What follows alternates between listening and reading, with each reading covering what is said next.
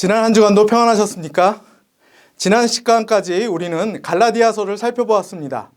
오늘부터는 에베소서를 살펴보고자 합니다. 그럼 기도하고 시작하겠습니다. 선하시며 인자하심이 영원하신 하나님 아버지, 창세전부터 저희를 택하여 주시고 자녀 삼아 주심에 감사와 찬양을 올려드립니다. 하나님을 경외함으로 하나님만을 의지하는 저희 모두가 되게 하시고 택하신 자들에게 베푸시는 복과 은혜 속에 살아가게 하여 주옵소서.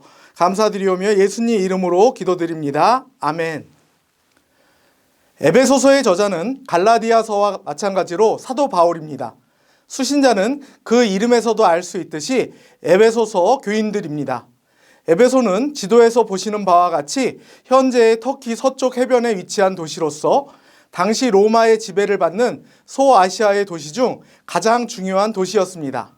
바울은 3차 전도 여행 중 이곳을 방문하여 2년 동안 복음을 전하였습니다.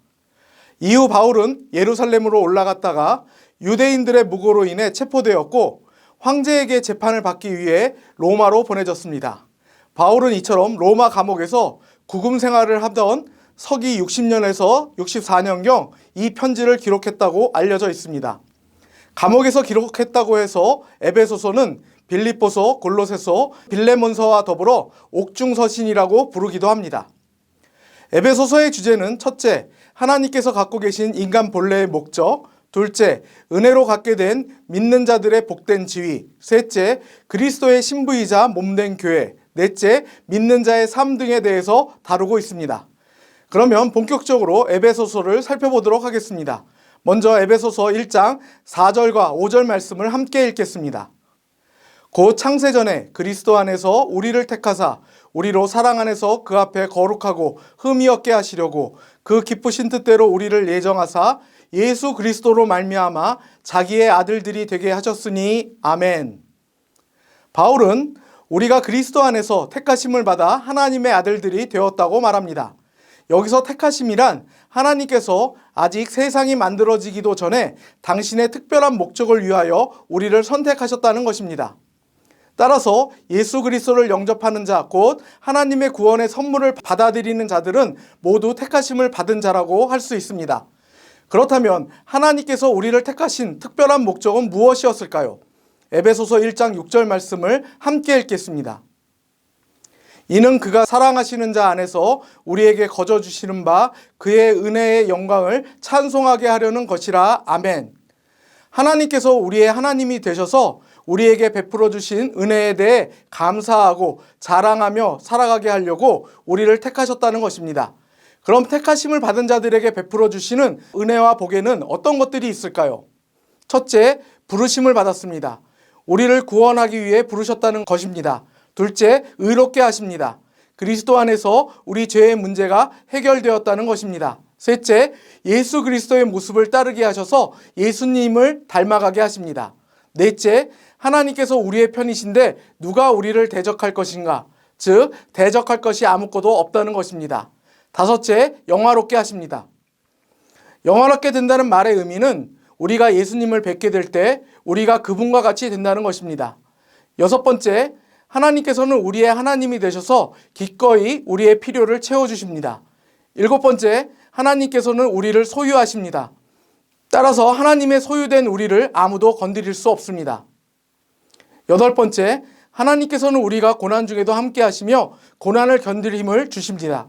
아홉 번째, 하나님께서는 우리에게 모든 기쁨과 복이 함께하는 영생을 상속받을 자격을 주십니다. 천국 영생을 선물로 주시는 것입니다. 이처럼 택하신 자들에게는 많은 은혜와 복이 주어집니다. 이것을 누리기 위해서는 어떻게 해야 할까요?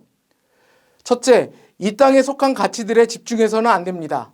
다시 말해 하나님이 아닌 피조물에 우리의 마음과 시선을 빼앗겨서는 안 된다는 것입니다. 자아를 경외함으로 자기 중심적으로 살아가는 사람들은 하나님께서만 주실 수 있는 것들을 피조물에서 찾으려 하기 때문에 결국에는 공허함을 느낄 수밖에 없게 됩니다. 따라서 이 땅을 사는 동안 하나님의 말씀을 통해 보여주시는 하나님의 뜻을 따르는 삶에 헌신해야 합니다. 하나님께서는 연약한 우리와는 달리 과거와 현재와 미래를 꿰뚫어 보시기 때문에 하나님의 뜻에 나를 맡겨드리는 것이 하나님께서 베푸시는 복과 은혜를 누리는 길이 되며 나를 위한 가장 좋은 선택이 됩니다. 이어서 에베소서 1장 11절 말씀을 함께 읽겠습니다. 모든 일을 그의 뜻에 결정대로 일하시는 이의 계획을 따라 우리가 예정을 입어 그 안에서 기업이 되었으니 아멘. 바울은 우리의 구원과 관련하여 모든 일이 하나님의 계획을 따라 예정되어 있다고 말합니다. 예정이란 말은 우리의 구원과 관련하여 어떤 일이 일어날지 하나님이 미리 결정하셨다는 것입니다. 즉 하나님께서는 우리를 택하여 자녀 삼으시기로 예정하셨을 뿐만 아니라 이 땅에서 예수님을 닮아가서 영화롭게 되도록 예정하셨습니다. 이처럼 구원의 모든 과정이 예정되어 있다면 우리가 나서서 굳이 전도할 필요가 있을까요? 그럼에도 나가서 전해야 합니다. 하나님께서는 택하심을 받은 우리에게 하나님의 구원을 다른 이에게 증거할 특권을 주셨습니다. 하나님의 구원 사역에 우리를 동역자로 불러주셨다는 것입니다. 이는 하나님의 능력이 부족하거나 우리의 도움이 필요해서가 아닙니다. 구원 사역의 기쁨을 함께 누리게 하시려는 하나님의 배려이며 선물입니다.